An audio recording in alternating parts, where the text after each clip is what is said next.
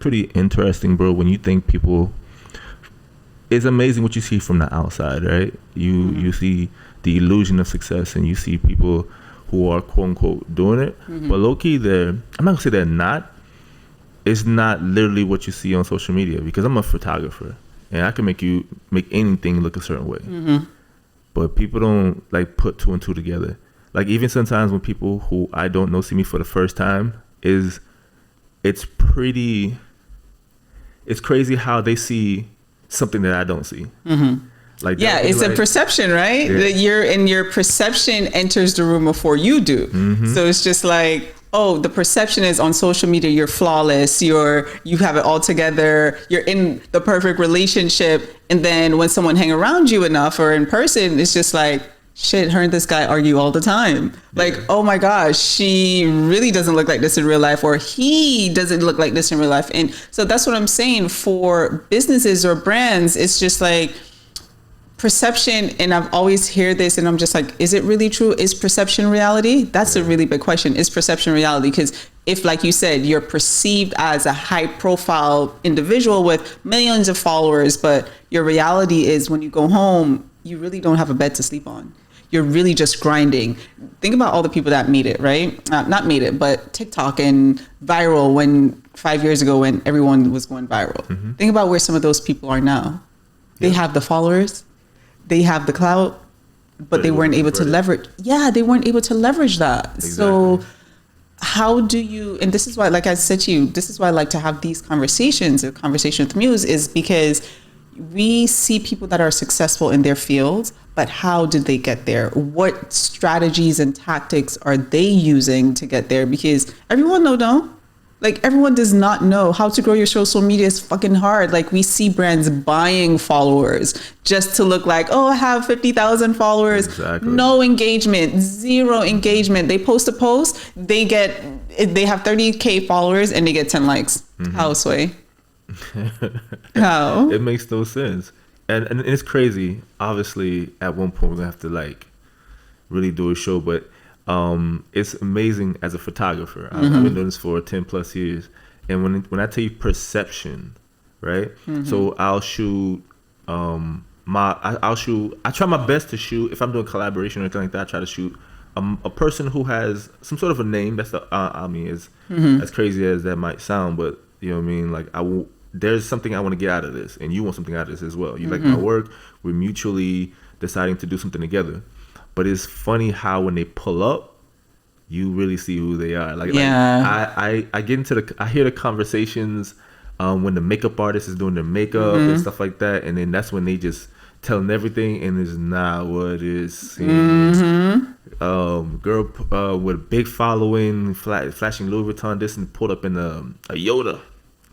Looked like she was living in it, bro. It's not it. It's not. I promise. But to get the booking, to get all that stuff, you have a perception that you have to keep up with. And so, which is why, and this is like left field, but this is why you have a lot of people that go into depression. You have a lot of people that are unhappy, or they go on social media and they see, oh, the celebrities, they're buying Dior, they're buying this, they're buying that, and they feel like, oh, I need to get that, so I have to present myself as a bad bee or whatever it is to get to that status. And in real life, none of that applies. In real life, they can't even buy lunch. Like they are going out to eat with men because they are hungry, not because they want to, because they are hungry. That's a whole conversation right there. So that's what I'm saying. So it's like, is perception reality for some, in some cases, maybe in some cases not, but that's why it's so important to like know who you are, right? We talk about some of our guests that come on and they be like, oh, have confidence in yourself, or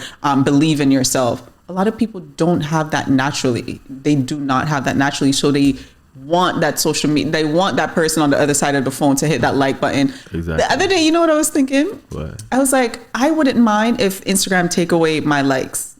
Like I wouldn't mind that, because and again, maybe it's different for me, for someone that has a brand, right? That's their like is how they show their engagement, how they get brands to say, hey, I want to invest in you because you get this amount of engagement.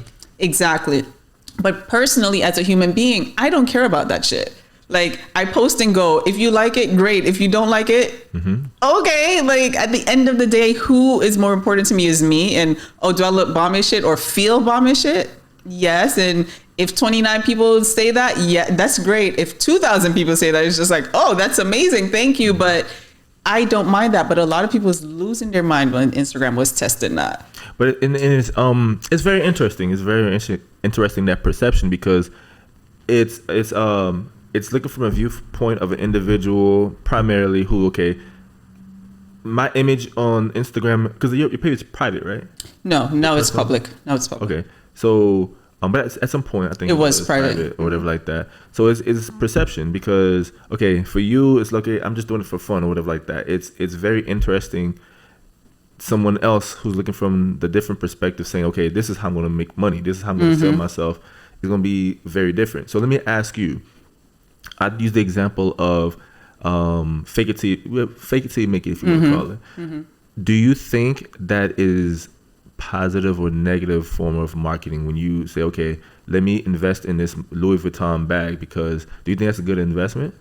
So it's funny. As far as if you're getting the bag just to show off on people, then no, it's not a good investment, right? If you're getting the bag because you know that if you walk into a room where millionaires and billionaires are and your perception enters the room before you do, then yes. My cousin and I always have this conversation. It's because, you know, we come from a family that we have business acronyms in our family. So it's like lineage of business owners and stuff. So we get that. And things to us is just like things.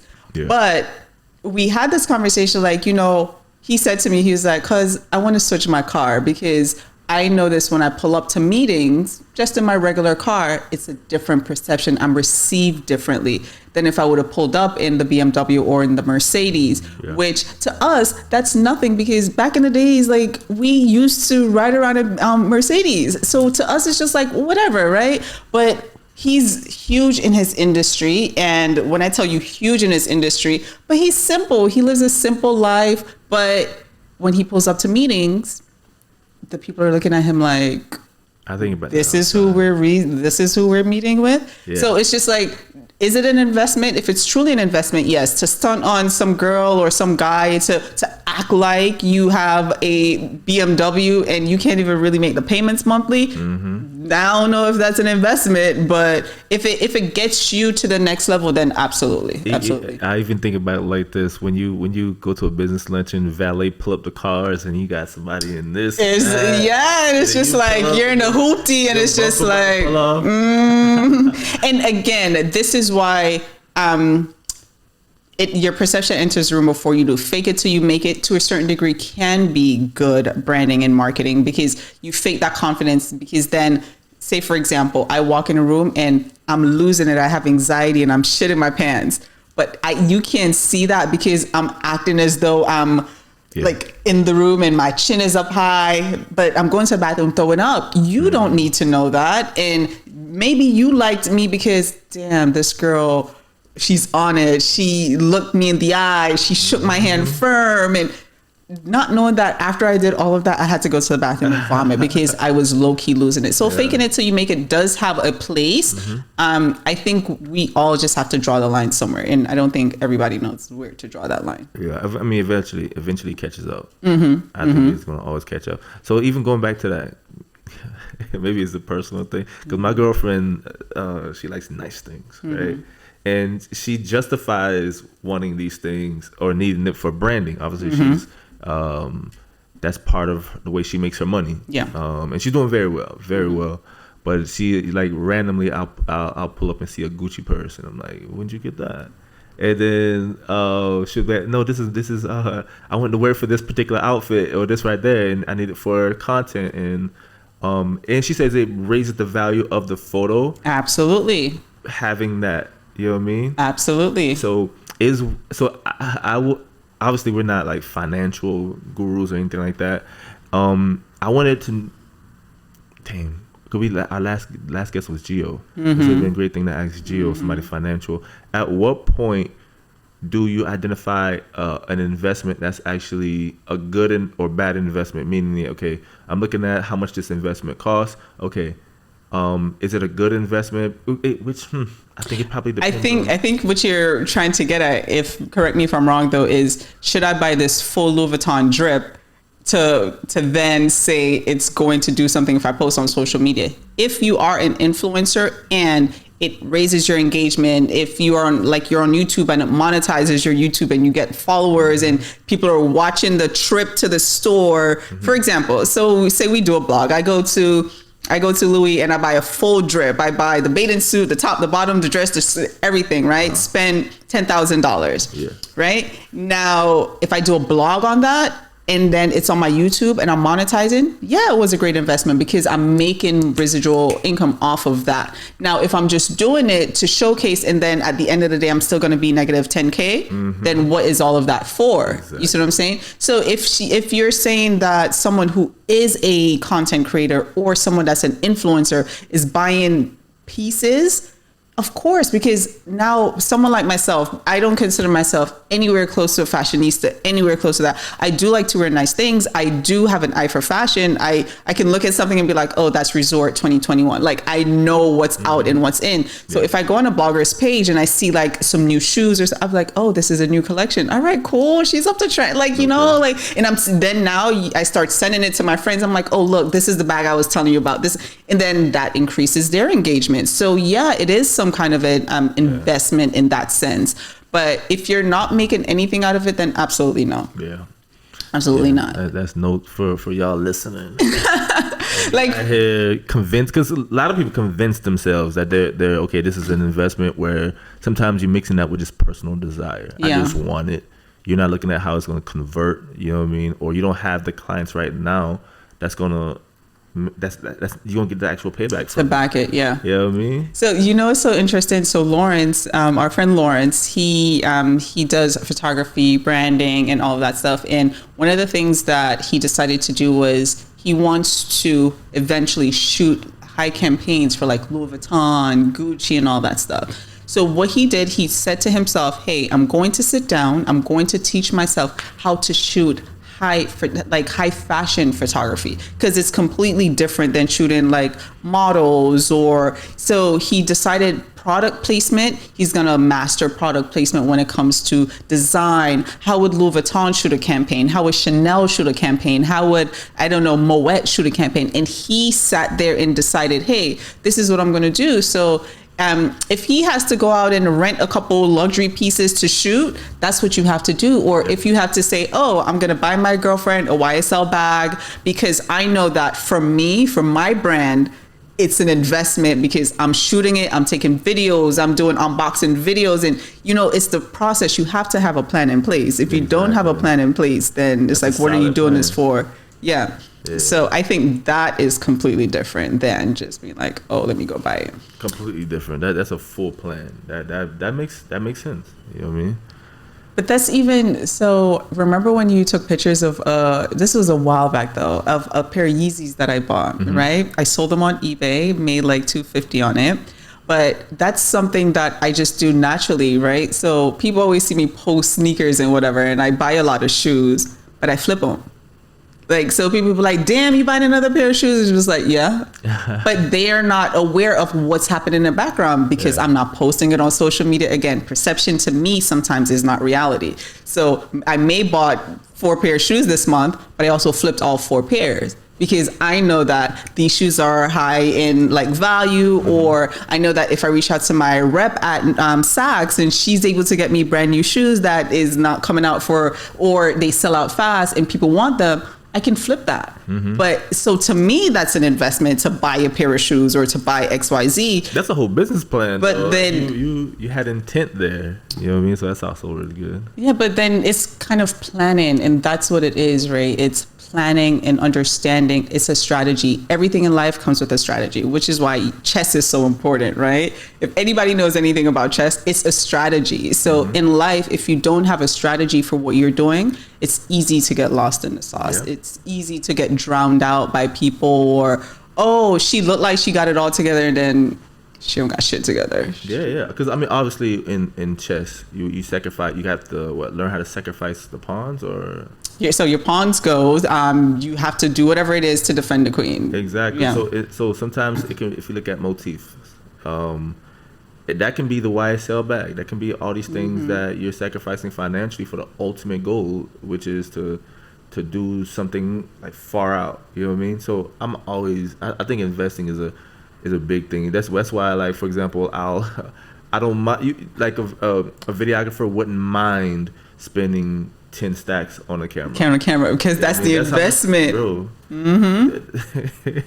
I think my house, first of all, I need to get renter's insurance, but my house, probably it's a lot of money in there, and it's like, but the ultimate goal is for it to come back full circle. You know what I mean? So it's interesting what people consider investments. What's a good investment? Yeah. Is there such thing as a good investment in your mind? As a good investment? Absolutely. There's bad investments, and we're not talking about real estate and all that stuff, because that's a whole different category, right?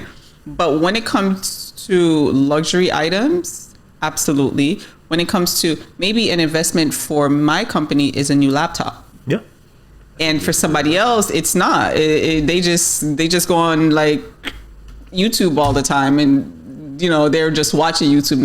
But for me, because I'm running a business, a laptop is a good investment. Maybe a good investment to me is going to the Apple Store and buying a couple products and doing a giveaway for my brand. That's a good investment. Because it's going to come back to me because I'm doing something. There's a plan. There's always a plan. There's 2 steps ahead. It's a strategy.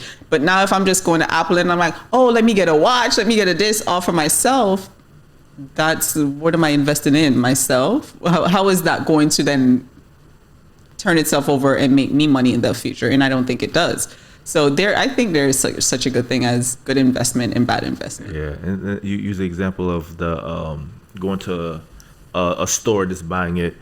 Do you ever think that I don't know how to ask this question. Do you think because we're not responsible for other people, right? And Absolutely. if someone sees you flipping Yeezys and they want to be like you, and they go buying all the things that they see you buying, is a question of like, okay, are we influencing them? Because we're influencers. That's what an influencer is. Are we influencing them to look and be something that they're not, because that's what we sold to them? Okay, so that's great. That's great. However, I think, damn, that's good, Ray. That's really good. But I think it's based off of what your interests are. So you wouldn't have came to someone's page, like my page is nothing, right? But you wouldn't have came to my page if something about my page didn't attract you. And I say this to clients all the time, right? Your page has to it has to do something. It has to either inspire, inform, or something. There has to be an emotion connected to it for the customer coming to the page. So does your Instagram feed inspire people? Does it inform people? So maybe your page is a page they go to when they want to know about new trends or new stocks, or does it inspire them to be like, oh my gosh, look at his outfit. I like that. Look at this. What does your page do? So if you found my page because you're inspired by what I do, then something there clicked with you. I didn't convince you. I didn't put an ad out to say, hey, come know how to flip Yeezys.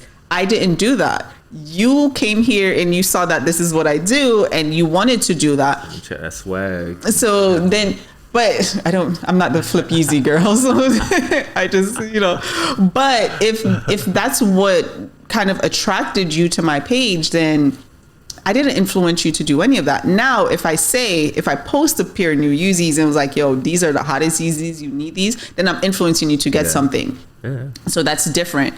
But I think we follow people, like I follow random person, Angela Simmons, because back in the day, like I just loved her, how she worked, like she was working out heavy.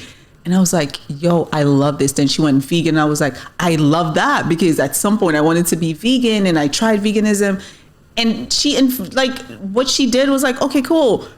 So when I see her post stuff and maybe she posted a meal plan and I'll check out the meal plan. So that's a level of influencer, but she didn't draw me there. I went because there was something about her that I liked. Mm-hmm. So I think I can't influence you to do something that you weren't somewhat low key in the back of your mind already thinking about, then that's a whole different story.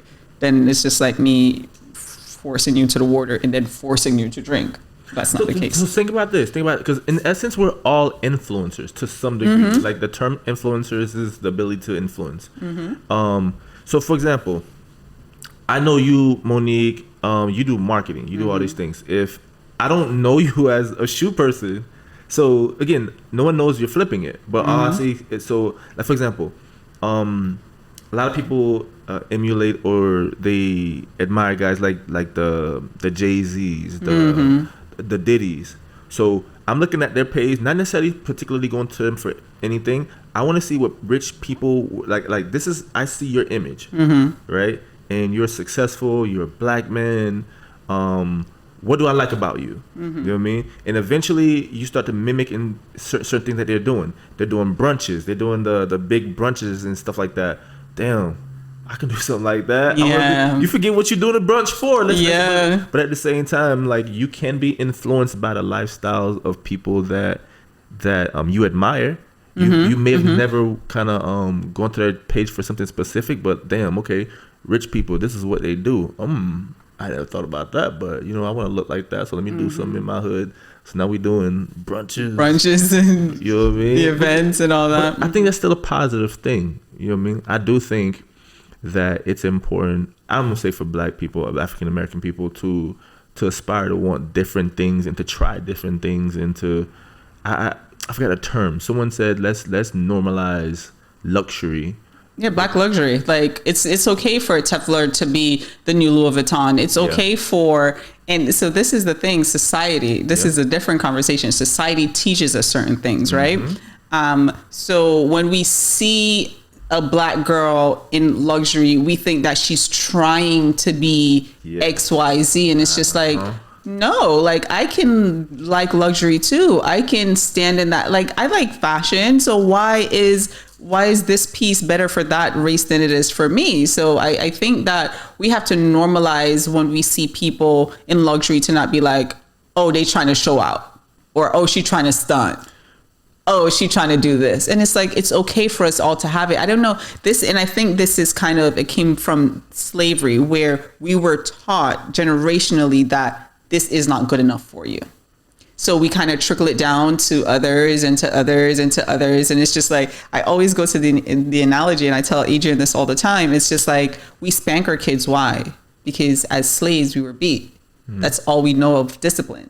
So then that generation after generation, we keep passing it down. And it's just like, you spank your kids because they were doing something you don't like, as opposed to like sitting them down and be like, hey, this is why that's wrong, Johnny. So it's kind of the same thing. We were taught that you're not good enough for this. So the moment we see someone in luxury of some sort, we're like, you're not good enough for this. And which is why the crab in the barrel mentality comes down to our society. It's just like, oh, the moment I see you climbing, it's just like, oh, I don't want you to get further than me. But it's like, but why? We can all win. We can all win. But we were taught that. So it's taught behavior that just trickles down, and we just don't know how to break that cycle.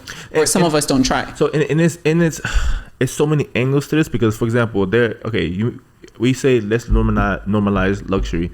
I think it's also cool that we're normalizing certain things within African Americans, also understanding finances, investing more, because at the same time, you're right. Okay, we're normalizing things like Gucci and stuff like that, but we'll be the same one to also say, okay, well, you need to save your money and buy a house and da-da-da. Let me ask you this question: Where did you first learn about money? Money? So money in college, bro. College. Like I was well off. I didn't learn that kind of stuff in high school. I mean, and I'm from a small town. I'm from a very small town where it was hard to get out of, in the Glades area. So I come from a town or a city where people don't plan to leave. You know what I mean? Like I was in the 10th, 11th. I was fortunate to have parents who instilled at me, you're going to college. But my graduating class, senior year, I know where I'm going. And I'm like, hey, where you going? And they don't have an answer, because it's not an automatic thing that I'm going to college. So it is very different, but perception is very, very different depending on your environment, But think about this. The example that I was trying to use is that, okay, look at in the music videos. If we say normalizing certain things, it'll be the people with the Gucci and all of the big brands. That's why I think it's also important to normalize financial literacy in all these kind of things in investing, because as much as you want to buy all this luxury, you got to make sure you're able to like afford it. Yeah. You know what I mean? Because people who are living paycheck to paycheck are also going out and buying luxury, and it's just like yes. I listen to Dave Ramsey a lot and a lot of other financial people, because I'm obviously getting in that space. They say if you're about to go buy something and it will take a bulk of your bank account to buy it, then you can't afford it. I'm a big believer in, if you can't buy twice, you can't afford it. Like if I go to the store and I'm trying to buy, like, I don't know, like a ring, if I can't buy that ring twice, you can't afford it. No. Agree. So it's so many angles, because somebody might say, okay, well, because I had because obviously before I got into what I'm doing right now, I used to shoot a lot of nightclubs and at like Mokai and all of the XDRs, and it's funny how they saw investments buying champagne, spending money at the club to create that perception of money, and they're saying, no, this is my investment money. Yeah. You know what I mean? So it's so important that you say that. Oh my gosh, because in the nightclub space, that's an investment. So what they would do, they invite an artist, they pay an artist to come in to get the doors to people at the doors to purchase.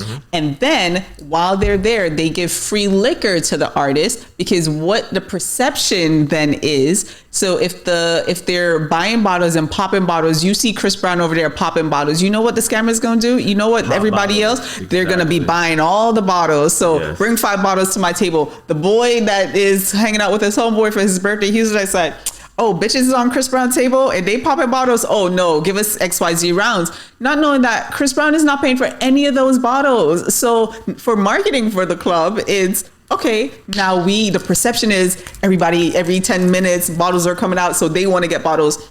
And it's just that cycle. So I think it goes back to your original question of perception being reality, and when is the investment there? So if I'm invested and know that Chris Brown's coming in, to give him 10 bottles Ace of Spades is going to cost me $20,000. Fuck it, because I'm going to make $100,000 of everybody else buying Ace of Spades for the rest of the night. So that turns out to be a good investment. That perception being reality turns out to be a great investment, actually. Yeah, I think it's one thing that's crazy and which is amazing is that this new generation, how we're breaking all the rules.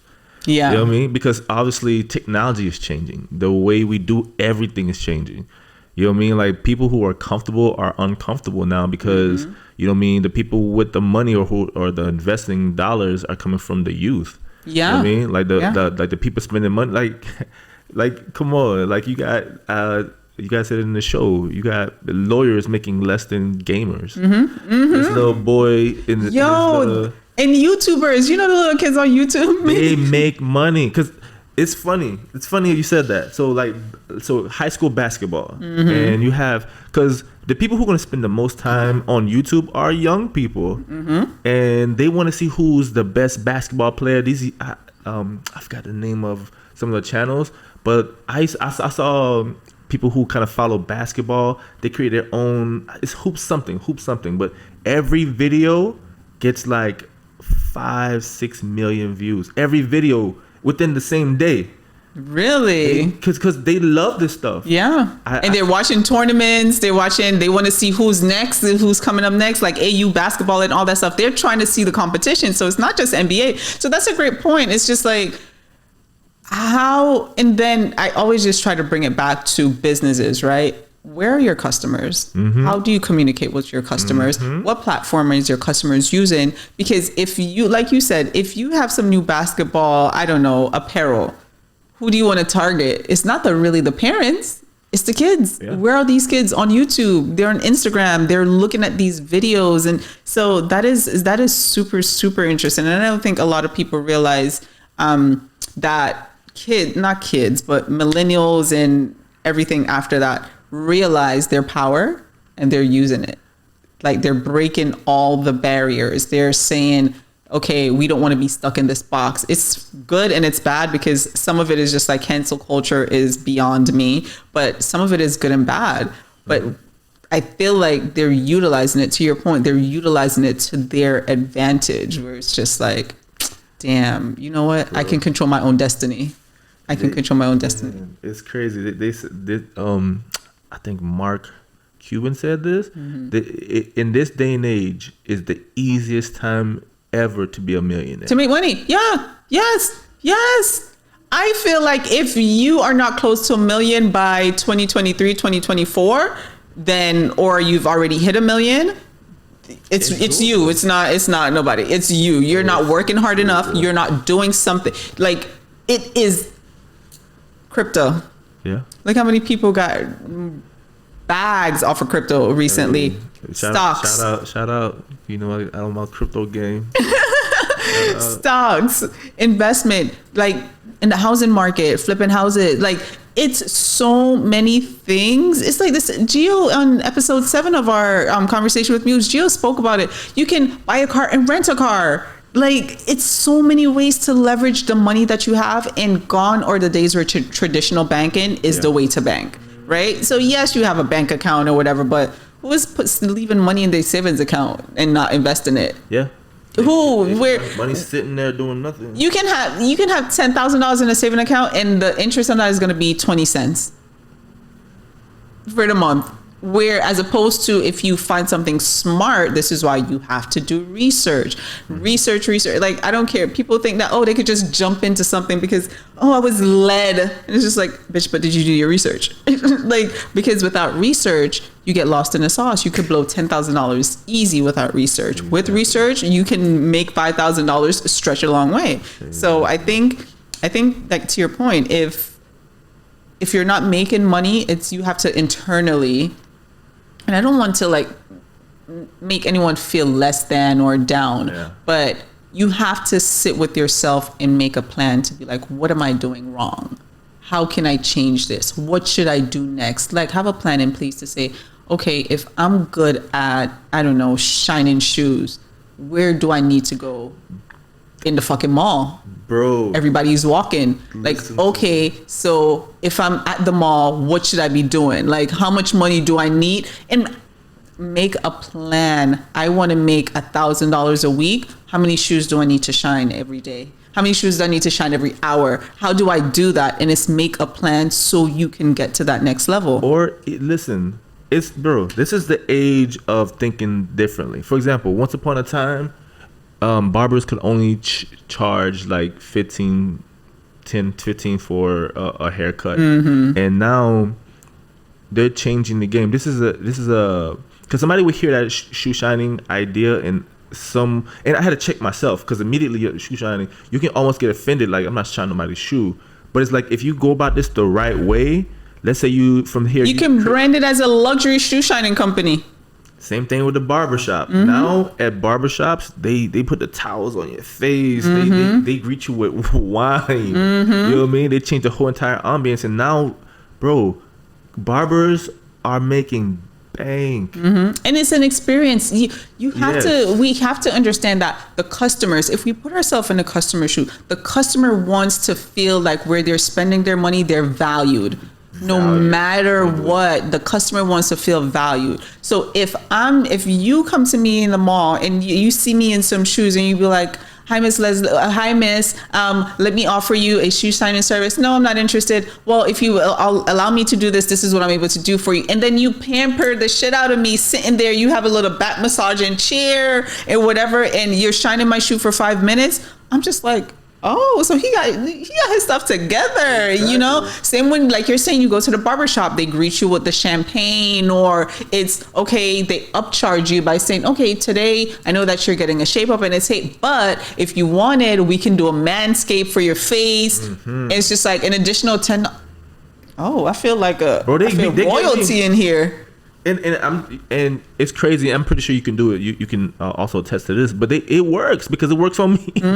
It works on me. Like, for example, I work hard for my money. You know what I mean? I work extremely hard. So something as simple as a restaurant. So we're Caribbean. We're Caribbean. So I'm Haitian. I love my Haitian people, but we some rude people. You know what I mean? So it's crazy how people don't understand perception is everything, or like people value their money, and people think that, okay, because I have good food, I have a good product, it's gonna make people come to me, and it's not gonna happen. So you go to a Chick-fil-A where, okay, they super nice. Oh, you speaking my language. Super oh my nice, gosh. bro. Like they will deliver your baby for you, bro. Like they will do whatever they, you know what I mean? And their lines are long. They're able to create a franchise, you know what I mean? And they label that same quality per store. You're gonna get the same thing every single time you go. It's the consistency. But we stuck as a one store. You're not expanding because you're seeing the recipe. You know what I mean? Like your vision isn't big enough to say, okay, I have a good product. Okay, how do I market it right? And not only I do that, I provide the best customer service and experience so that I can leverage this and create an empire. And this goes to a really key point is word of mouth advertising. Yes. So I remember when I was working for the cruise lines years ago, one of the lines in the script was, and we want you to tell your friends and family because word of mouth advertising is the best form of advertising. And that always stuck with me. And it's true. Yeah. The thing is, if I like something, I'm going to come and tell you about it. Yeah. And I always say to people, we share, which is why on social media, you see us sharing, we share a relationship, we share the food that we're eating, because if I love it, I want to tell everybody about it. I want everybody to enjoy it because that's what we do when we love something. Yeah. So that's what word of mouth advertising does. And for brands, so if I go to Chick-fil-A and the customer service is amazing, I'm telling everybody, oh my gosh, you have to go to Chick-fil-A. Oh, you have to try the #1. It's so good. And their customer service. Oh my gosh, look, Chick-fil-A does this. So now the story is, and everybody knows the story of Chick-fil-A has great customer service. Or on the contrary, that can kill a business, because if you say, oh my gosh, I went to McDonald's and it was so shitty, like their ice cream machine is always broken. Meanwhile, you have an amazing McDonald's in your location that you won't even try because of the perception is the ice cream machine is always broken. Even though the ice cream is good, you're not going because the ice cream machine is always broken. So it's a perception. And it translates everywhere. If you have a good service, you have to provide good, like if you have a good product or service. So if you're the barber, or if you have a luxury clothing brand, or if you have a graphic t-shirt website, you have to treat the customers with respect. So like you said, you work hard for your money. You want to know that wherever you're spending your money, it's valued. Like, you don't want to go to the restaurant and they just come throw the food down on the table and walk away. You want that service. Bro. You want to feel like, damn, they want me here. You ever been somewhere, right? And it's just like, am I spending my money, or like, am I obligated to be here? Like, that's the worst experience ever. The worst. Who wants to? It always happens. I love my people. It's always the Caribbean. Restaurants, like you'll walk in and no one will greet you. They'll look at you like, why are you here? What do you want? Like, you know. And they got an attitude, the girls at the front. But you know who does it? So you know what restaurant does that really well for a Caribbean restaurant? Dutch Pot. Okay. Dutch Pot does that really well, where their customers, I think they kind of took all the best pieces of some of the biggest like fast food chains and kind of incorporated into what they do. They do customer service right. You pull up, they ask you for your name so they can address you by your name. That's Hi, cool. Can I have your name? It's Monique. Hi, Monique. What can I have? Oh, okay, Monique, is that it? So they try to tailor that experience. Like when you walk in, the attitude is not there. Like they try to cater to you, and they take, like, one of the things that I realized, kind of like how you were saying, branching out to get to other places, they've done that really well, right? Where they have different locations and they're branding in different locations. And I think what I'm not sure about this, but from my marketing mind, and I see how it is being marketing and process, they're open in locations that have drive-through because of the accessibility and the convenience. Because think about McDonald's. 90% of McDonald's have a drive-through. Yeah. If it's not like in an airport, or most McDonald's have a drive-through. Yeah. So if you want that convenience and you want people to come to your store, America is fast, lazy, and easygoing. So if you have a drive-through, and I think Dutch Pot does that really, really well, where they kind of, okay, our location has a drive-through, it has great customer service, everything you want to come back. So you look at it as a Caribbean restaurant, but it's one of those like, appear Caribbean restaurants because you're like, okay, they know how to do it right. But so think about this. So literally what you said is a mentality. So Dutch Pot they have multiple locations. They have a lot of locations. I think they're probably up to like 8 locations now. I've heard of Dutch Pot a lot. So I think that is a mentality, because the ones who are expanding and doing more, they're identifying and understanding that I gotta switch this shit up. You know Absolutely. I mean? The ones, and I'm looking at the consistency right now. The ones who don't care and just let their employees do whatever they want, they're usually they're usually the ones with single locations, because how do you grow? They've reached that ceiling, and it's like, and I ain't even gonna lie, certain spots, some people, they know they make good food and they just rely on that. Yeah, they make, and they have a long line. They get good business, and sometimes they've been there long enough, and they're known in the community enough that they don't gotta do much work. But if you want to expand, think bigger, because us younger generation, we're thinking bigger. I agree. When you get to that point when you don't do more, you're gonna start seeing that you're gonna be halted. Like, if you want to be a mom pop shop for the next couple of years, the next couple of decades. But you know what it is, Ray? Not to cut you. A lot of people, when they start that business, they're not thinking long term. They're not thinking long term. All they're thinking is, I want to start this business. I want to take care of my family. I want to provide what my parents never provided. And they are doing that, and they did that, and that's it for them. They have no interest in going beyond that. So if they don't have that long-term goal and that plan to say, oh, I eventually want to open 10 stores, they're not thinking about that. They're like, oh, we're making profit every year. We live good. We have our nice house and our family is taken care of. Yeah. They're not seeing outside of that. So they don't think to say, okay, how do we grow this? Because to them, it's just like you said, the line is out the door. And they're just like, oh, people know us. We make a profit. Location. They're in a good location that they've established a long time ago. Because a lot of times to get a good spot, you gotta have been there for a long time. So it's complacency, and I think our new generation, we can't do the complacency thing, because if you really think about it, in order to expand, at some point you're gonna have to streamline something. You have to streamline certain things, whether it be the quality or the way we do certain things, because I'm gonna have to copy and paste this around. And when you decide that, okay, I want to copy and paste this, you're gonna get to a point eventually where you're gonna have to buckle down on certain things and identify, okay, we do things like this. Because if you're gonna risk having one good store amongst multiple bad stores. Because then imagine in not Dutch Pot, but Golden Crust does that really well, is to have a formula in place, because if the food tastes one way here, you can't taste a different way there. You can't have a different chef making a macaroni and cheese here and they put white cheese and Parmesan, and over here they're only using cheddar. Like, your branding has to stay your branding.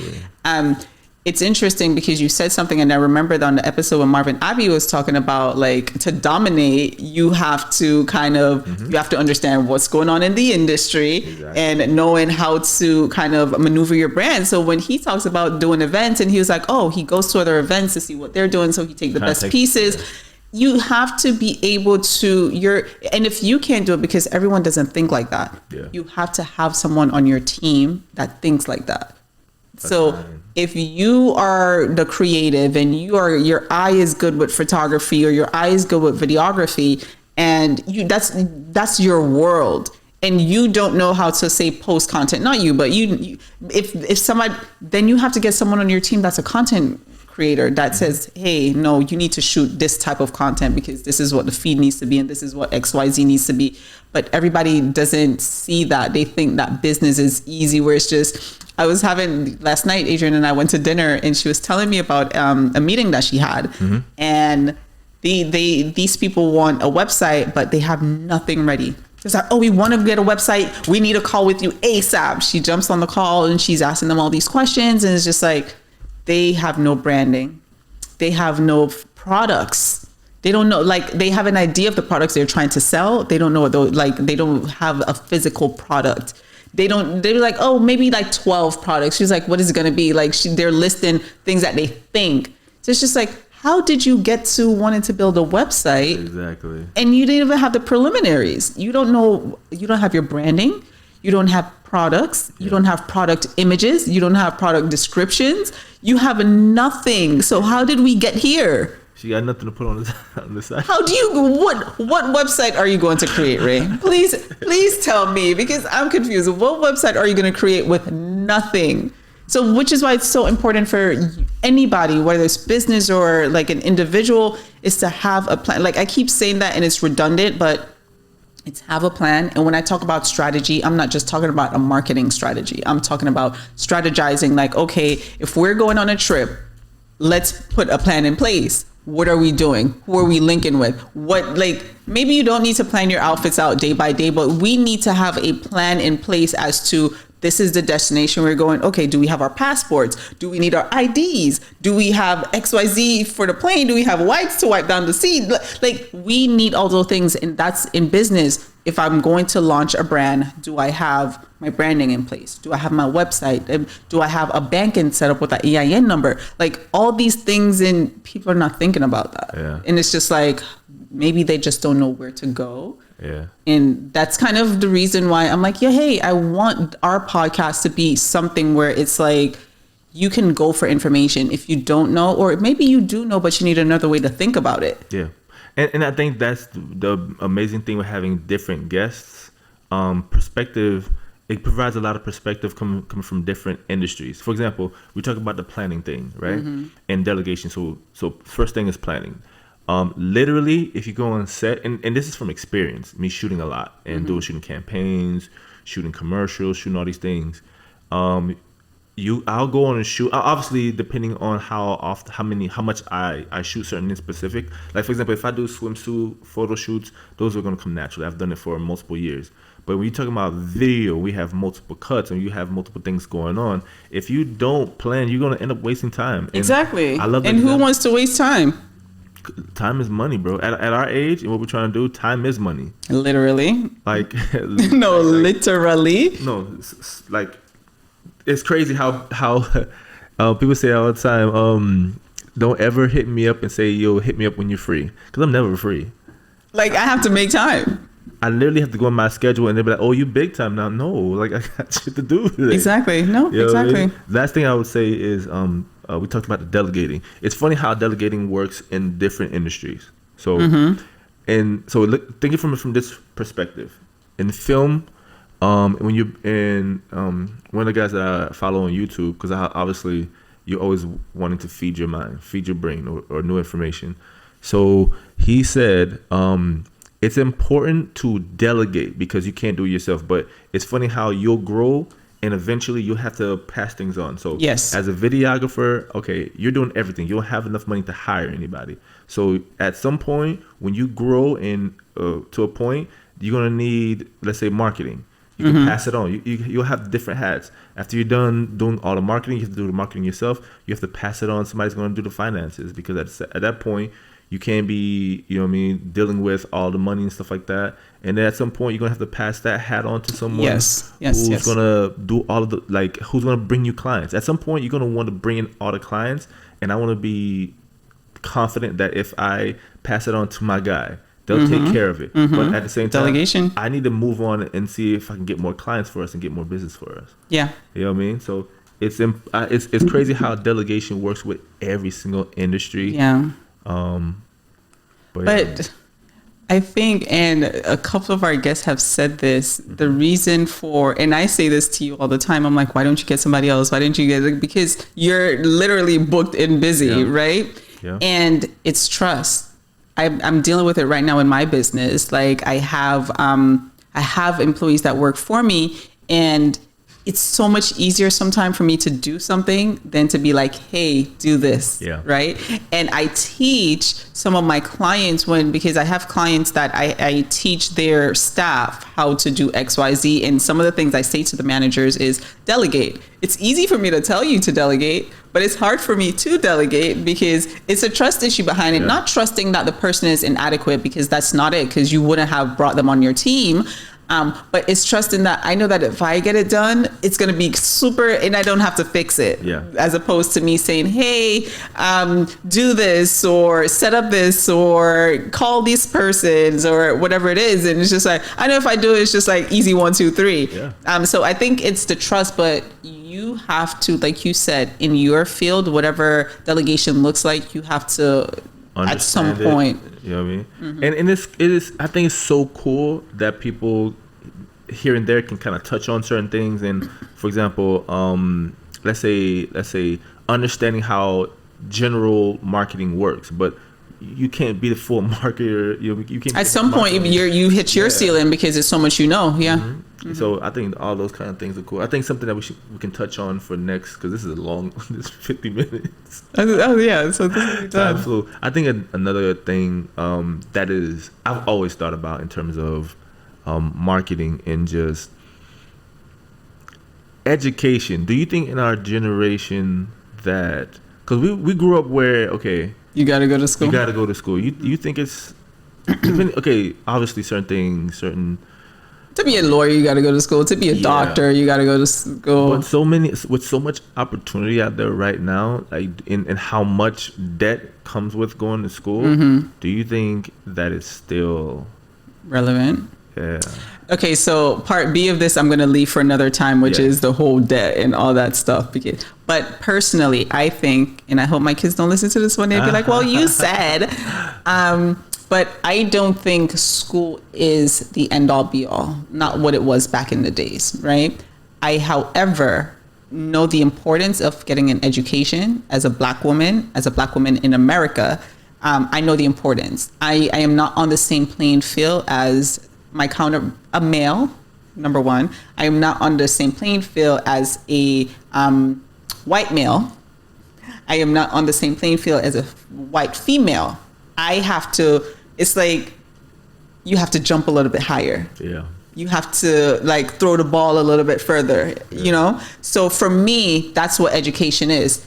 Education is the suspension of me jumping a little bit higher, right? So what I am with a bachelor's degree is what a white man is in America with just like a AA, like an associate's degree, right? Which is, it's unfair, but that's kind of how it's matched up.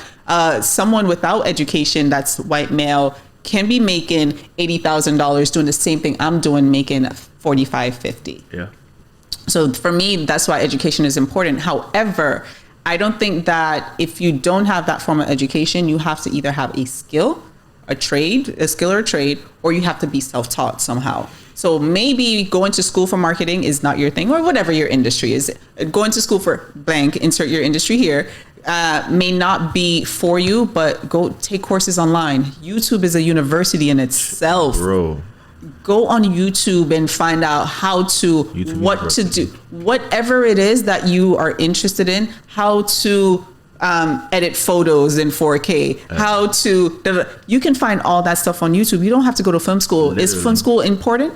Probably. But if you know the basic concepts and you have a trade and you understand those things, then your foot is in the door a little bit, because you can have the conversation. The worst thing is you being in a field and you can't understand the lingo. Because being in management, right? My aunt and I talk about this all the time, where we talk about people who just kind of get in managerial positions. You don't know the processes that was taught in college about management. If you just rose from a McDonald's manager to a Wendy's manager to now, exactly. It's different. You don't know the textbook definition of what some of these things are, how to be with HR. You don't know a lot of those things. So if you're not taking a course to understand those things, then you do need some kind of form of education to teach you those things. So is going to college the way? Maybe not, but you have to be educated somehow, whether it's you have a trade to supplement you not having that education for something, or you take courses to kind of lead you to the next step. That's very interesting. The exact example that you use in terms of college, because let's say film, the way there's a million, like the way Sony and all these Canon have created these amazing cameras, you don't gotta do much anymore. You just point and shoot, because they've spent, technology's changed so much. My iPhone, I can shoot in 4K. I shot my whole Carnival Trinidad experience in 4K and on my iPhone. Looks amazing. Amazing. I promise you, the video looks amazing and it looks so clear. But when you implement the school thing, okay, obviously one thing that I'm grateful that I went to college and got my degree in film. The things that they won't teach you, and I think for African Americans, because what we do now is we're pointing and shooting. We'll do small little shoots here, But like, what puts you on the level of a Michael Bay, the bigger? They learn story structure. They learn they analyze older. I used to sit in halls where we would watch Casablanca. We would see the history of filmmaking and understand like silent film, the effectiveness of it.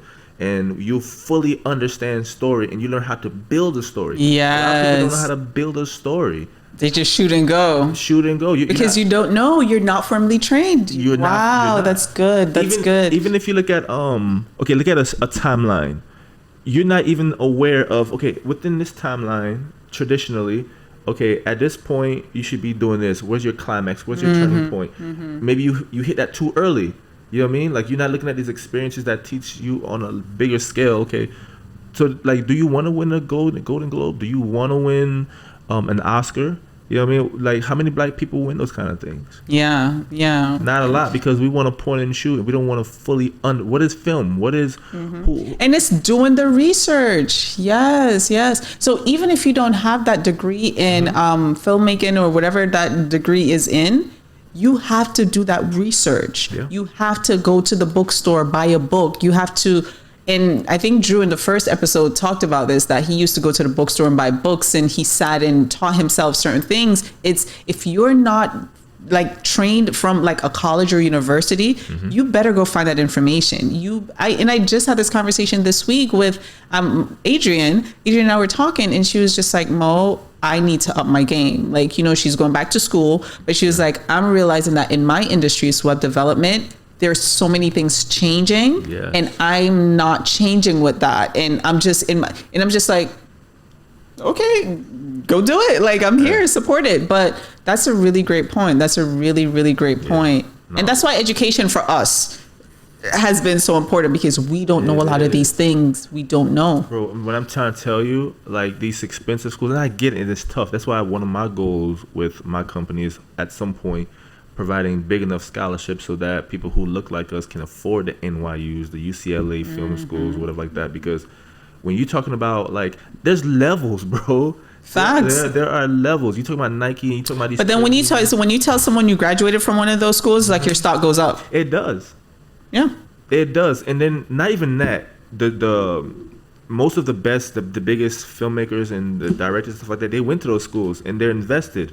You know what I mean? So imagine being on a set, like, you're doing your own thing. You have your own production company or whatever like that. But like, it's nothing like getting coffee for Quentin Tarantino. If I go on set and get coffee for Quentin Tarantino for a big film, I would do that, because I'm gonna learn so much. He's gonna know my face. He's gonna yell at me a lot because he's kind of crazy. But that's going to mean so much. I'm going into those rooms, going to those networking situations. There's not a lot of people who look like us in those kind of arenas. Facts. That's why we have our BET Awards. But that's why you have to go into the room. Like I said, it's your suspension of jumping higher. That's what that is. Is it sad? Absolutely. Yeah. But it's just how society is.